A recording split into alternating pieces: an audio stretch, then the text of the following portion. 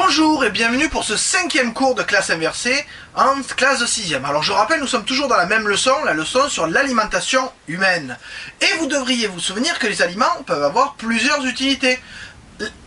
Vous en souvenez, j'espère, hein? À quoi peuvent servir les aliments? Bon, je le rappelle rapidement, ils peuvent servir à produire de l'énergie, à produire de la matière pour grandir, ou à produire des réserves pour les utiliser quand on en a besoin. Donc, grâce au travail que nous avons fait en classe de classement des aliments, en utilisant ce petit film-là, petit film que vous aviez déjà vu dans la vidéo précédente, et oui, pour préparer le travail, nous avons vu que ces aliments pouvaient être classés en 3 groupes différents, et après, nous nous sommes posé la question de l'origine de ces aliments. Mais tout d'abord, vous notez à la suite du cours, toujours à la suite du cours, puisque c'est encore la même leçon pour cette fois. En rouge, grand 3, les aliments des êtres humains proviennent d'élevage ou de culture. Sautez une ligne. En bleu, les êtres humains consomment des aliments, virgule, transformés ou non, virgule, d'origine, de point, à la ligne tirée, animal, virgule, comme la viande, virgule, le lait ou les œufs, virgule, à la ligne 1 tiré, végétal, virgule, comme les fruits, virgule, les légumes ou l'huile, virgule, à la ligne 1 tiré, minéral, virgule, comme l'eau ou le sel, point. Nous avions vu aussi que suivant leur origine, grâce à ce document-là, suivant leurs origines, ces aliments n'allaient pas avoir la même composition. Et oui, on pouvait voir que chez les végétaux, il y avait majorité de glucides, alors que chez les animaux, majorité de protides. Ce que l'on peut voir sur les ingrédients. Pour les lipides, on en trouve chez les animaux et chez les végétaux, puisqu'ils servent effectivement de réserve pour les aliments et avoir de l'énergie quand on n'a pas d'alimentation. Donc ces réserves sont utiles à tous les êtres vivants. On en retrouve chez les végétaux comme chez les animaux. Pas les mêmes types, mais on les retrouve.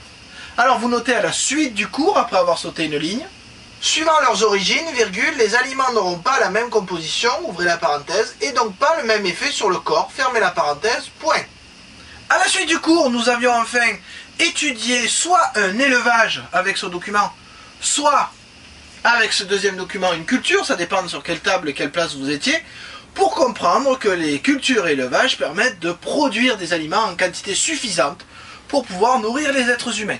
Et nous avions vu aussi que cela permettait, en contrôlant, alors comme ces exemples-là permettent de le voir, en contrôlant les conditions de milieu, d'avoir un meilleur rendement, c'est-à-dire plus de production, et une nourriture de qualité supérieure, en tout cas si on fait attention à l'environnement. Ce sont des choses qu'on a étudiées pendant le cours. Alors vous notez à la suite du cours, sautez une ligne, pour produire suffisamment de nourriture, virgule, les êtres humains pratiquent des cultures ou des élevages, point.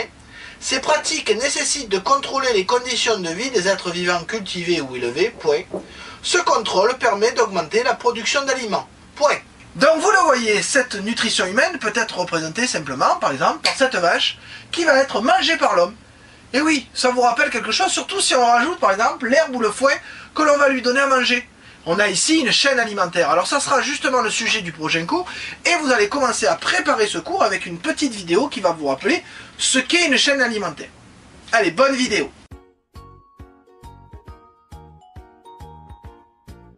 La chaîne alimentaire.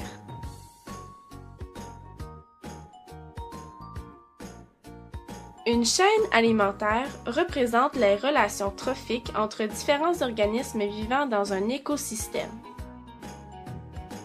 Autrement dit, une chaîne alimentaire représente un être vivant qui en mange un autre dans un même milieu. Par exemple, dans la forêt canadienne, le trèfle blanc est mangé par le lièvre qui, à son tour, est mangé par le loup.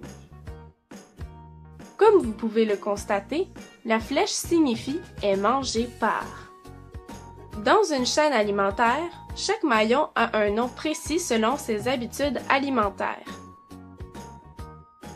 Le premier maillon est habituellement un être vivant de type végétal qu'on appelle producteur car il est capable de fabriquer lui-même sa nourriture.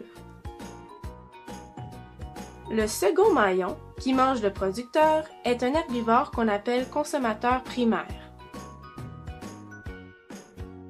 L'animal qui dévore le consommateur primaire s'appelle le consommateur secondaire. Puis, celui qui mange ce dernier s'appelle un consommateur tertiaire.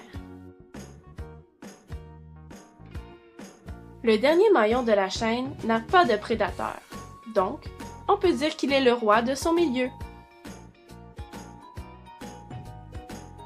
À titre d'exemple supplémentaire, dans l'océan, les algues, qui sont des producteurs, sont mangées par des consommateurs primaires, soit des crevettes. Ces dernières sont mangées par des consommateurs secondaires, des poissons, qui à leur tour sont mangés par des consommateurs tertiaires, soit des requins. Merci de ton attention et à la prochaine!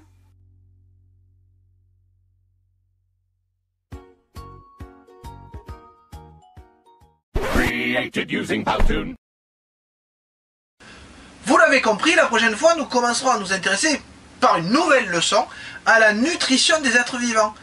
On commencera par l'étude de chaînes alimentaires, alors pas forcément celle-là, mais des chaînes alimentaires plus ou moins simples, plus ou moins complexes, qui permettront de comprendre comment se fait le passage de matière d'un maillon à un autre. Mais ça, c'est ce que nous ferons en classe la prochaine fois. Sur ce, je vous dis à bientôt!